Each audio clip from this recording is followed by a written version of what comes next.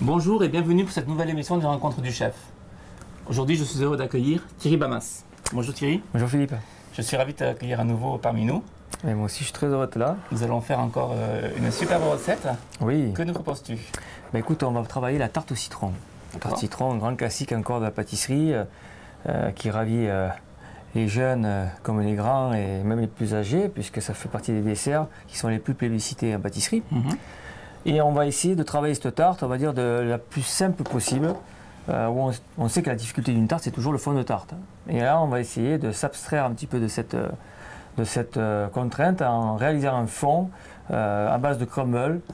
Et ensuite, on va y déposer dessus cette crème citron et on terminera avec une meringue suisse. D'accord. Voilà. Donc pour faire ce fond croustillant à base de crumble, il te faut un sablé. Un sablé. Donc là, ici, on peut voir le crumble. Donc on va le réaliser maintenant. Le crumble, c'est quoi? C'est de la farine, de la poudre d'amande, du beurre et du sucre. Tout dans la cuve en même temps. Une fois que la pâte est homogène, on va la passer dans un crible ou là, pour le coup, on va utiliser cet ustensile. L'esprit, c'est de faire des petits morceaux de biscuits, comme on peut voir là, afin d'avoir un sablé déstructuré qu'on va réamalgamer avec du chocolat et du beurre. Ce qui va faire qu'en bouche, on aura quelque chose d'épais, mais friable, qui va très bien aller avec le citron. D'accord. Voilà. Donc tous les ingrédients que tu viens de citer, poudre d'amande, farine, sucre et beurre, sont ici. On les a déjà mélangés. Voilà. Et on va les mettre donc dans la cuve pour faire le pâte. Ce sablé. Voilà. D'accord.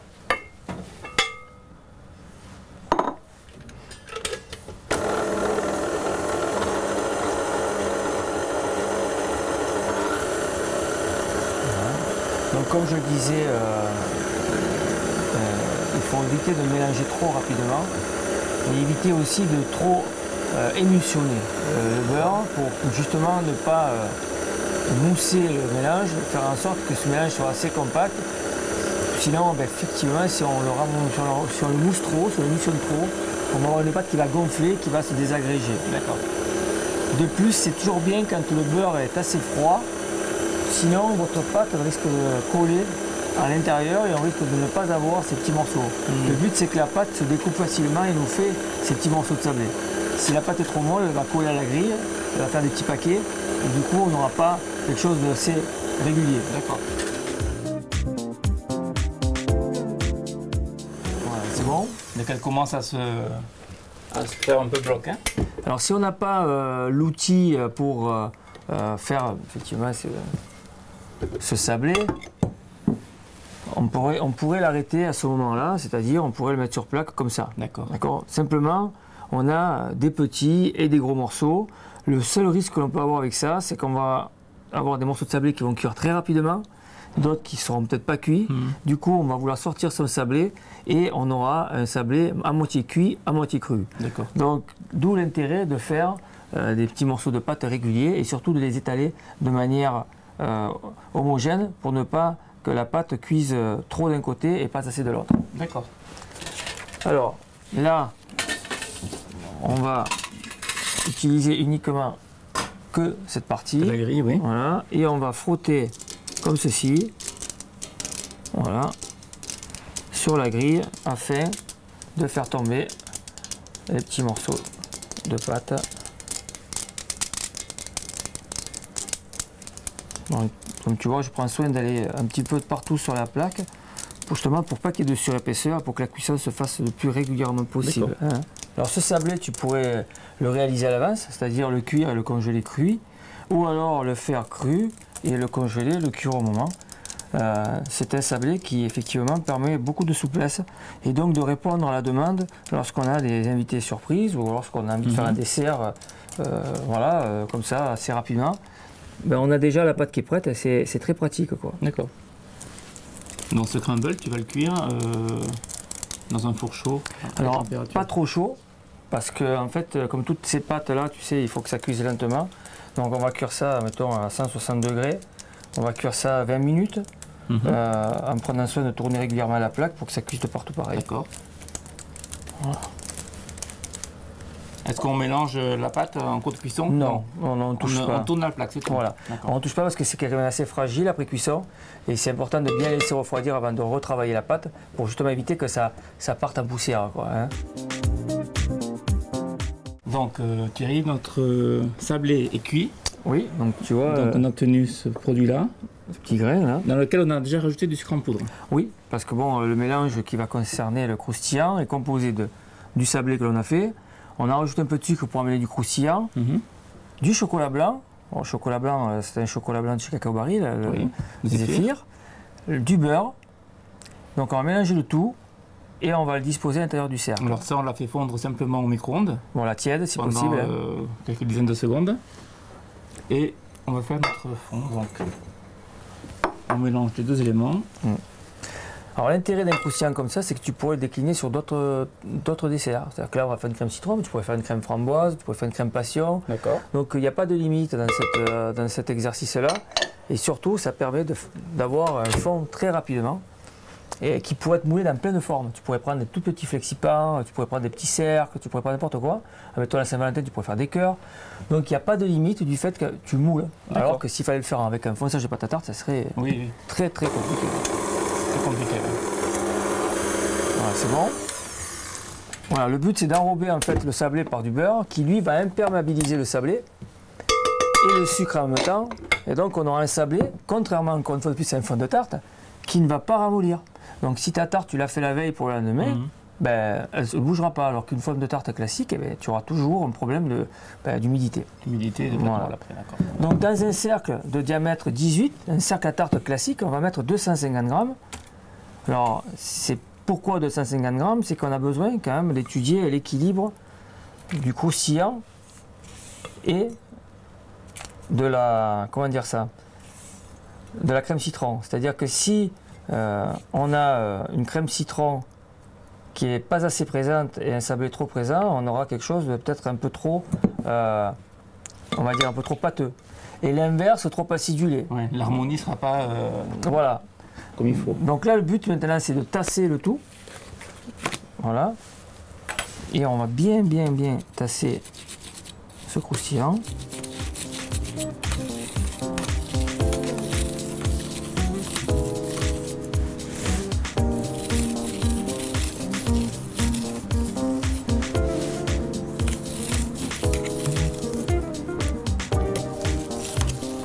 Alors, étant donné qu'il n'y a pas de bordure, le fait de tasser ce sablé, c'est important de bien le faire parce qu'il va être apparent quand on va lever le cercle.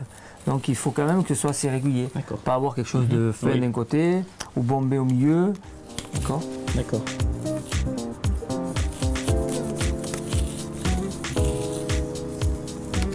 Alors ça prend un petit peu de temps, mais bon, c'est une partie importante, hein.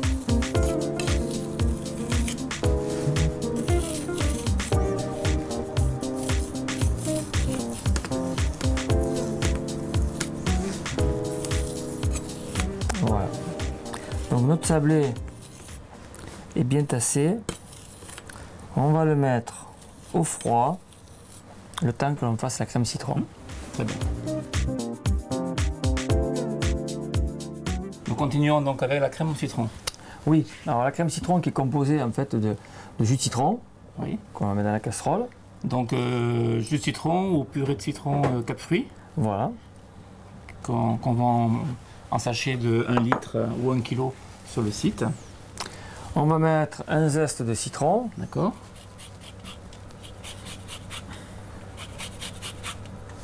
Il faut prélever le zeste que la partie jaune. Hein. Tout à fait. La partie blanche est trop amère.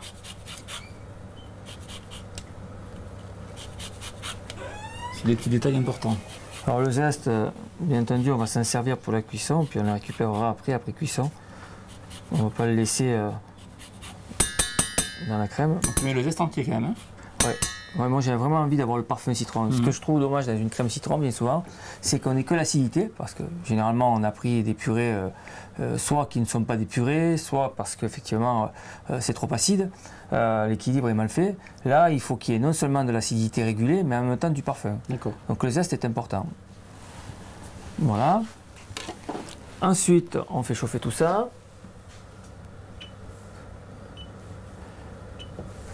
Pendant ce temps, on va mélanger les œufs.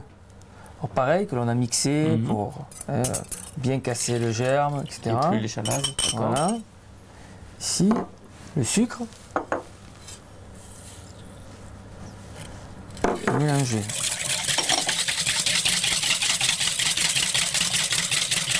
Alors, cette crème, il faut aller jusqu'à un léger bouillon. On peut se permettre, puisque derrière, on va relier l'eau qui pourrait être séparée par la cuisson de c'est l'eau contue dans les œufs, etc., comme une crème anglaise, sera reliée par le chocolat et la gélatine. Donc c'est pas un problème. La gélatine, on l'a préalablement mis à ramollir dans de l'eau froide. Hein.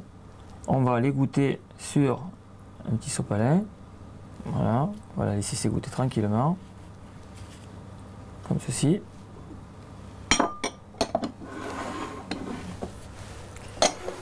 Dès que mon jus de citron se met à bouillir, alors attention, c'est un produit qui est acidulé, l'évaporation se fait rapidement. Si on oublie le jus de citron sur la casserole, on va perdre en volume d'eau et on n'aura pas du tout la même consistance au niveau de la crème.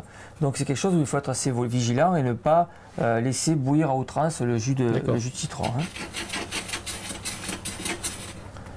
Hein.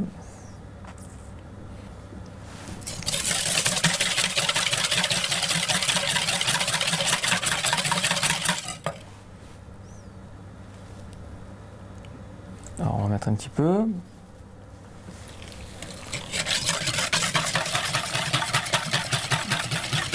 Voilà. On remet le tout dans la casserole et on remue assez vigoureusement. Voilà. Est-ce que tu peux me corner le coup, s'il te plaît?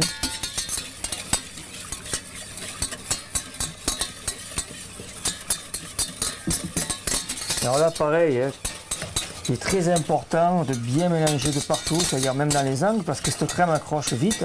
C'est normal, il y a beaucoup d'œufs.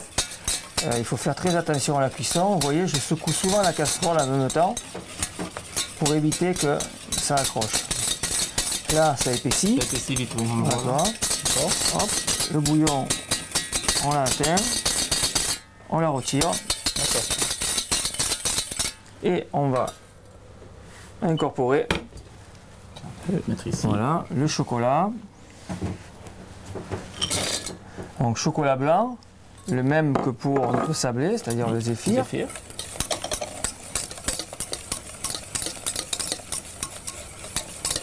Donc il faut enlever la chaleur de la crème. Voilà, et la gélatine. Alors, pourquoi on a mis du chocolat blanc? C'est simple, c'est que la plupart des crèmes citron qu'on a l'habitude de voir, soit il y a beaucoup d'œufs, c'est le goût d'œuf, soit c'est recuit au four et c'est pas onctueux, c'est pâteux.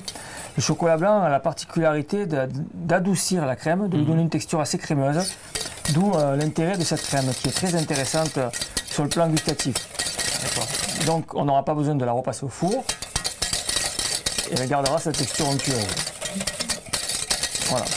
Donc ça, on va le passer maintenant à la passette. Voilà. Prendre le maïs, oui, merci. On va vraiment enlever tous les petits grains qui pourraient rester. Alors, les grains ainsi que les as de citron, puisque c'est vrai que c'est pas très agréable. Tout ce qui est pulpe. Hein. Voilà.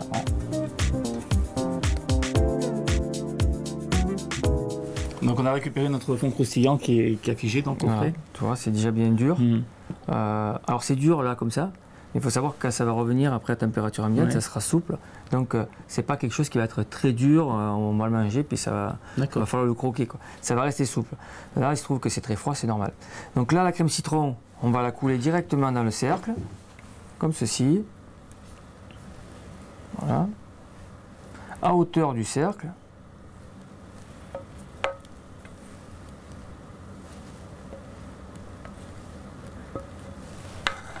On va mettre le reste, hein. On va voir un peu. Voilà, on secoue légèrement pour égaliser notre crème. Voilà. Et on met ça au froid 4 heures. D'accord. Et lorsqu'on aura notre tarte qui sera complètement froide et figée, on va la terminer avec une meringue suisse. Donc Thierry, on est allé chercher notre tarte dans le frigo. Oui. Et on va maintenant la démouler. Voilà, donc on va passer le chalumeau autour, histoire de bien décercler pour que ça fasse bien net. D'accord. Donc comme j'ai expliqué, on va voir ton sablé autour qui va apparaître. Donc s'il est bien fait, ben, ça sera régulier. Il y aura 2 couches. Voilà. Ensuite, la crème. Voilà. Donc là, tu l'as posé sur un petit bol pour pouvoir faire glisser le cercle Exactement. à la verticale. Voilà. Donc là, on va poser ça sur notre carton. Et on va pouvoir maintenant préparer notre meringue afin de décorer cette tarte. D'accord. Donc une tarte qui sera composée du croustillant, de la crème et de la meringue. Et de la meringue. Voilà. Dans la meringue, tu vas nous faire une meringue suisse. Tout à fait. Peut-on récapituler vite fait les différentes meringues qui existent? Alors, avant de te dire les différentes meringues, ce qu'il faut savoir, c'est que dans les meringues, généralement, c'est toujours le double de sucre que de blanc d'œuf. C'est-à-dire que tu as 200 g de blanc, que c'est le cas aujourd'hui, tu auras 400 g de sucre. Quelle que soit la recette. Quelle que soit. Alors après, on va dire, c'est surtout la méthode qui change. Donc on a la meringue française, qui généralement, elle, est utilisée pour tout ce qui est fond de biscuits, on va dire la pavlova ou alors d'autres gâteaux meringués, qui est assez friable, qui est assez brune en coloration, mais qui est très très bien appropriée pour les gâteaux. Alors celle-ci, elle est simple. En fait, on va monter les blancs d'œufs, mettre une partie du sucre au départ, et en fin de montage, on va incorporer délicatement à la spatule l'autre moitié du sucre. Donc ça, c'est la meringue française. Ensuite, on a la meringue italienne. Donc meringue italienne, on va prendre une casserole, on va mettre un peu d'eau, du sucre, on va cuire le tout à 121 degrés. Bon, on peut aussi aller à 118, mais 121 c'est bien. On verse ça sur les blancs montés, on monte et on laisse tourner jusqu'à complet refroidissement. Et lorsque la meringue est froide, on l'utilise soit pour incorporer dans des mousses de fruits, pour l'alléger, soit pour des macarons, comme les macarons parisiens, qui eux sont faits à la meringue italienne. Et puis nous avons la meringue suisse, que nous allons faire aujourd'hui, qui elle est peut-être pour moi une des plus simples, dans le sens où on met tout dans un cul de poule, on met ça au bain-marie, arrivé à 60-70 degrés, on sort notre mélange et on monte au batteur. L'intérêt de cette meringue, c'est qu'elle reste très blanche, elle est assez ferme, donc facile pour tout ce qui est décor, c'est-à-dire donc, tu sais, les petits champignons au moment de Noël, tout ce qui pourrait servir de décor, de petits bâtonnets de meringue pour mettre sur une glace, etc. Très pratique. Elle ne perd pas en coloration. Et puis aussi, pour décorer aujourd'hui notre tarte, l'avantage, encore une fois de plus, c'est qu'elle ne va pas perler, puis elle ne va pas se réhumidifier. Souvent, les meringues sur la tarte citron, on le voit, elles perdent de l'eau. D'accord. Et là, on n'aura pas ce problème-là. Je te remercie de parler de ce sujet-là parce que c'est des questions qui reviennent souvent. Et les internautes me disent que la meringue, justement, suinte, elle perd là. Voilà. Donc, mais là, ça ne le fera pas. Alors, à savoir que c'est une meringue qu'on n'aura pas au four. Hein. Donc, elle est pasteurisée, elle est cuite dans le bain-marie. Donc, elle est tout à fait propre à la consommation. On la terminera par un chalumeautage léger pour lui donner un effet de brûlé. Mais celle-ci restera souple. D'où l'intérêt aussi de cette tarte, c'est qu'on aura un côté crémeux de la meringue, le côté onctueux de la crème citron et le croustillant de la tarte. C'est tout ce qui fait un petit peu le succès de cette tarte citron. Très bien. Voilà, donc on va incorporer les blancs ici dans le cul de poule. Le sucre. Le sucre en poudre. Voilà, le fouet pour bien mélanger tout ça. Donc bain-marie. Bain-marie. Et on mélange. Alors encore une fois de plus, on n'est pas obligé de rester en permanence sur le gaz, enfin du moins sur l'induction, puisque la casserole contient de l'eau, on n'a pas de risque que ça accroche. Par contre, on ne va pas non plus laisser trop longtemps les blancs sans les remuer, parce que sinon on va faire une omelette. Donc le but c'est de temps en temps de venir remuer. Lorsque le mélange, alors si on n'a pas de thermomètre, on prend le dos du doigt, on le trempe dans le mélange, dès que ça pique et c'est bien chaud, c'est bien. On met ça au batteur et on fait monter. Voilà, donc là voyons un petit peu, c'est comment? Voilà, c'est chaud. C'est chaud. Donc c'est la peau du dessus du doigt qui prend la température. Et comme tu as dit tout à l'heure, quand ça pique, c'est que c'est bon. Oui, alors c'est vrai que c'est une partie qui est assez sensible là. Vous n'allez pas le prendre le dessus du doigt, c'est vrai que ça c'est assez révélateur pour la chaleur. Voilà. Donc c'est au batteur. Là, on le transfère dans la queue du batteur. Voilà.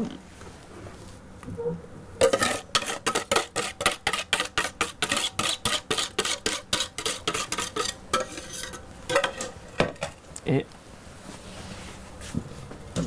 on monte ça jusqu'à complet refroidissement.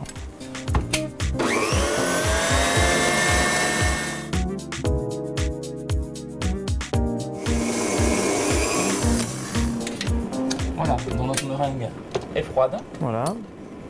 Tu vois, elle est bien ferme, bien blanche.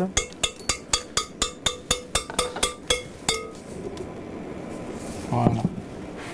Donc on va commencer par recouvrir le dessus. Donc on a pris une douille ronde assez grosse.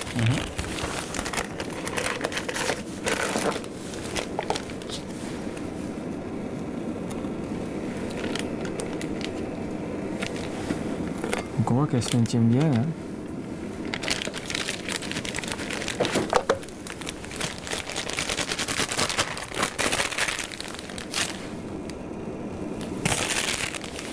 Donc c'est juste pour en fait mettre une partie de meringue sur la crème pour que lorsqu'on va pocher, on ne voyait pas par en dessous en fait la crème. D'accord. Voilà, c'est tout. D'accord. D'accord, très bien. Et le décor final, tu vas le faire avec une douille 500 degrés. Voilà.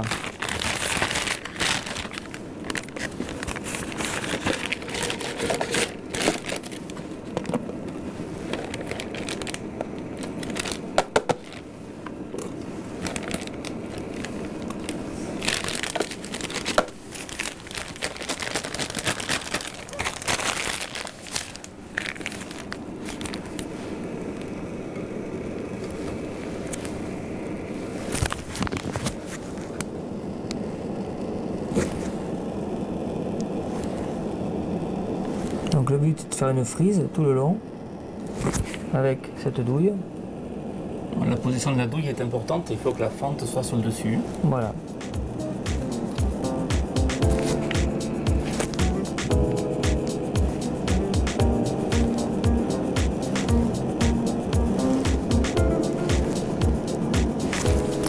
Premier tour. Maintenant je vais continuer pareil sur le dessus. Et je vais reprendre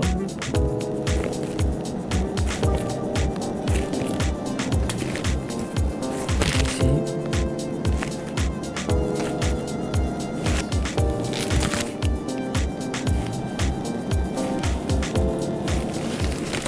Voilà. Et on va terminer le dessus en reprenant notre douille. Comme ceci. Parfait.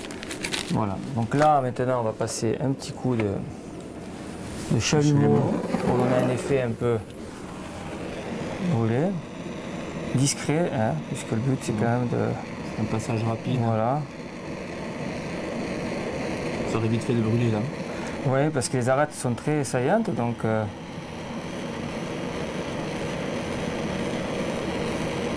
Le mieux c'est de tenir assez éloigné de oui, la voilà, meringue. exactement. Donc là ça bronze, ça dort tout doucement.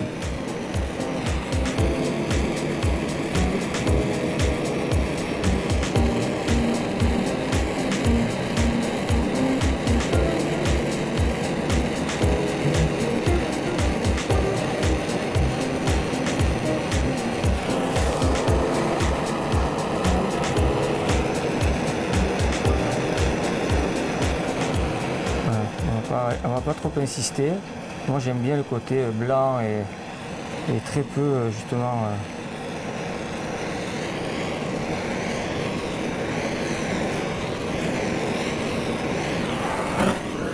Voilà, et on terminera avec un petit peu de... Bon, du codinège. Voilà. On le rappelle, hein, c'est du sucre glace amidonné, donc il ne remouille pas au frigo. Non, je le mets dans une petite passette parce que j'ai vraiment un voile très fin, je ne veux pas gâcher le décor.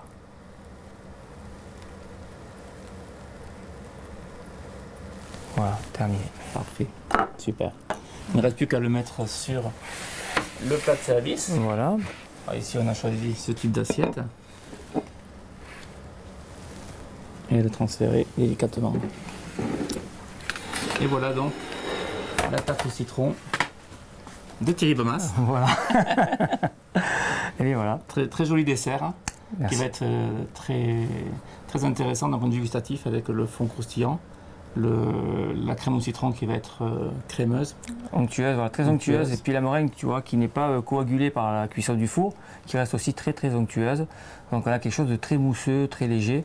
C'est vraiment un contraste et le croustillant a besoin d'être présent pour justement mâcher et faire en sorte que tous ces ingrédients-là, notamment le citron, puissent se diffuser en bouche et persister. Voilà. J'insiste bien sur les tartes citron qui sont des desserts très populaires et que l'on voit dans toutes les boutiques, où malheureusement c'est souvent très acidulé et pas assez parfumé. Donc le choix déjà de la purée de citron est très important. Et puis derrière, l'équilibre entre le sucré et l'acide fait qu'on a un dessert qui est très bien équilibré. Très bien. Voilà. Eh bien, merci beaucoup Thierry d'être venu me voir, d'être venu faire ce dessert. Merci à vous de nous avoir suivis. J'espère que vous réaliserez ce dessert à votre tour à la maison et je vous dis à très bientôt.